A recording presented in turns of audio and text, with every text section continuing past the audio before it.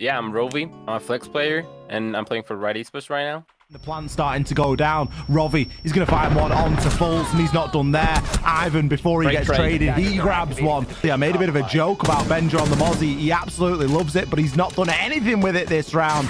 Rovi, however, has been on a tear. Well, I started playing about 4 years ago, or at least competitive Siege. I've been playing Siege for probably 10 years now. But I started in comp on a team called Notorious. That was like T5, but I was having a lot of fun. I was 16 years old.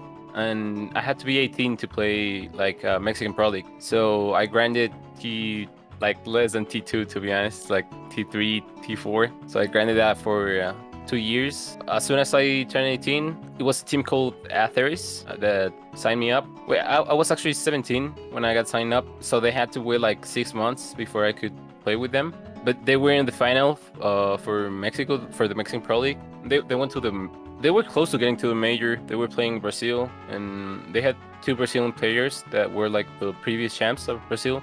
They basically didn't want to play with me because I was like unexperienced. So they brought another one of their friends, of their Brazilian friends, and I missed the finals, even though like I was in the team and I couldn't play.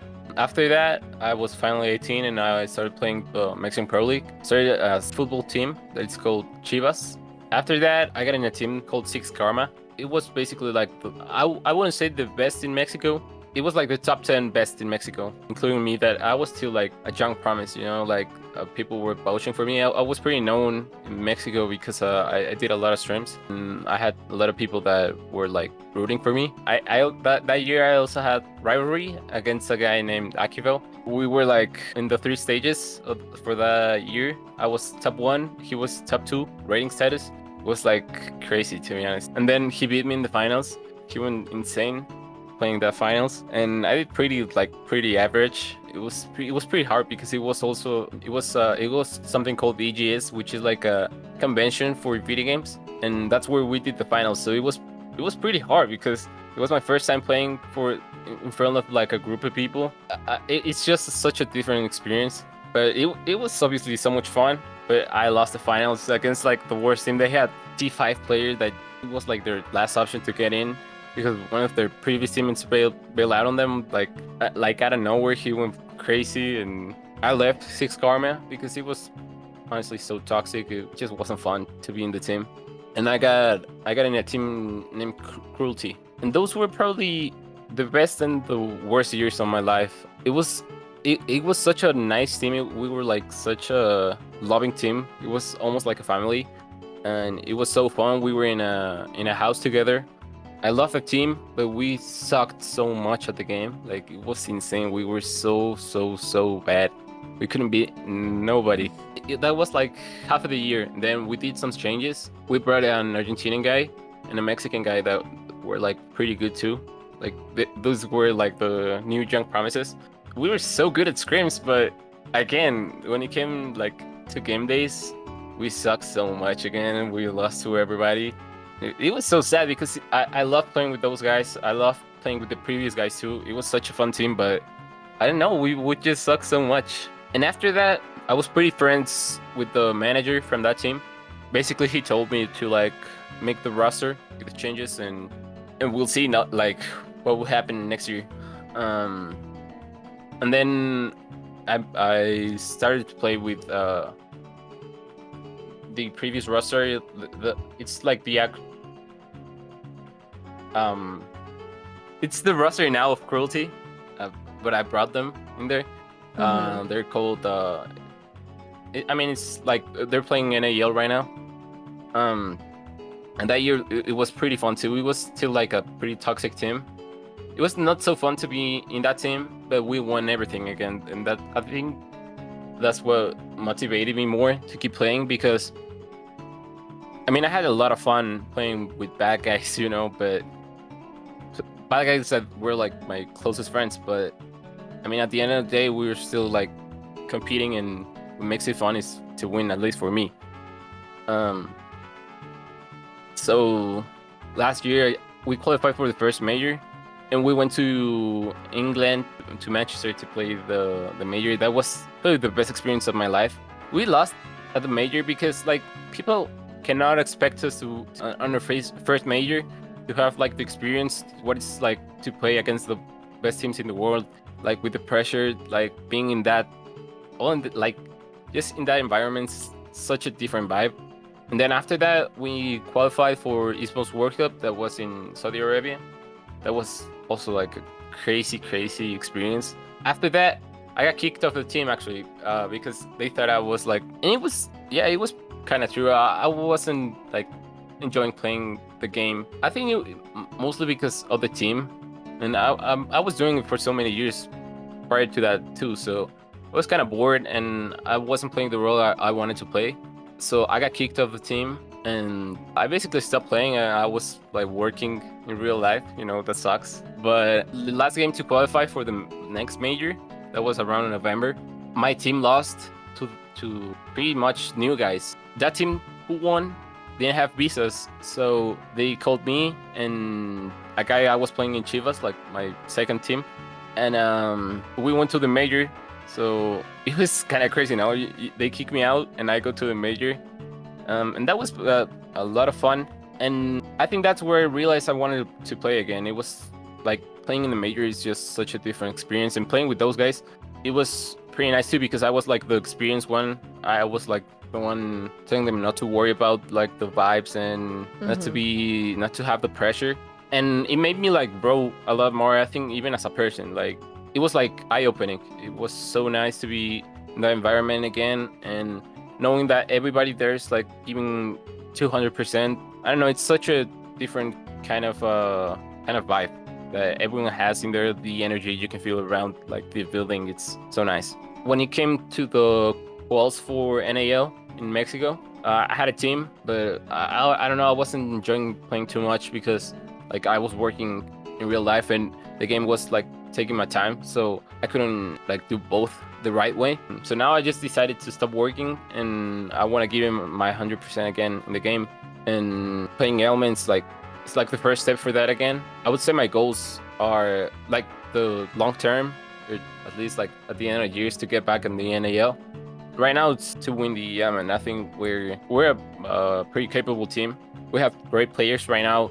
Kaden and me are the top 1 and top 2 rating wise in the element. So I know people don't see us as favorites, but they've always hated on Mexico, to be honest. I don't know why. It's like they get mad that we get invited to these kind of events and they don't, but then we make playoffs and they don't. So I don't know, they're just hating. But yeah, our goal right now is to win the element 5.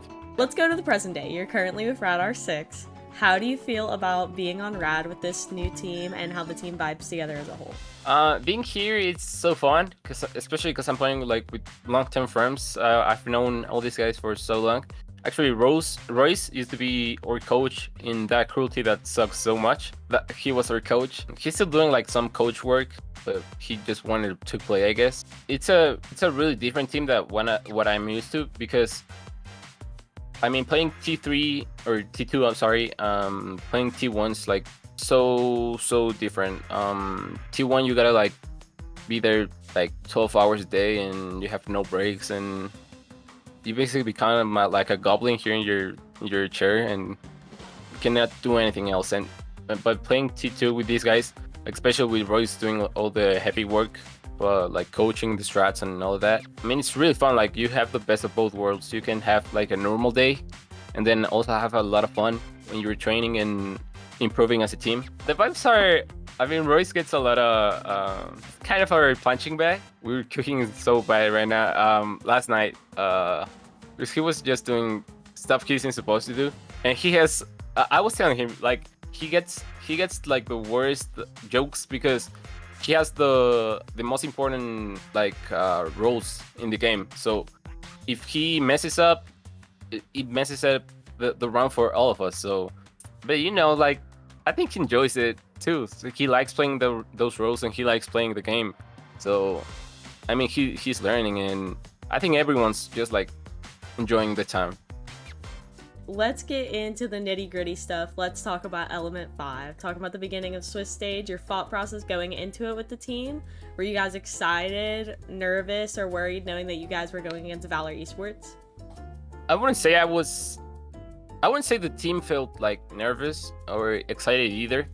As a whole team, I guess, because like Witcher and me have the experience, and we know where it's playing like this, but Aphex and Kaden, they don't. So I think they were pretty nervous, starting like they feel like everybody's watching them. I don't know what they feel, but I guess so, right? That's the things I used to feel in the past. But I think like Witcher and me can have like a calm vibe, and I think that like calms down the team. So that, I guess that's pretty helpful. But I wasn't like excited or, I mean, I was having fun, but I wasn't like excited or nervous. I don't really like. I would say as I'm playing the game in the games, I don't have fun, to be honest. I'm just like too focused on what I'm supposed to do.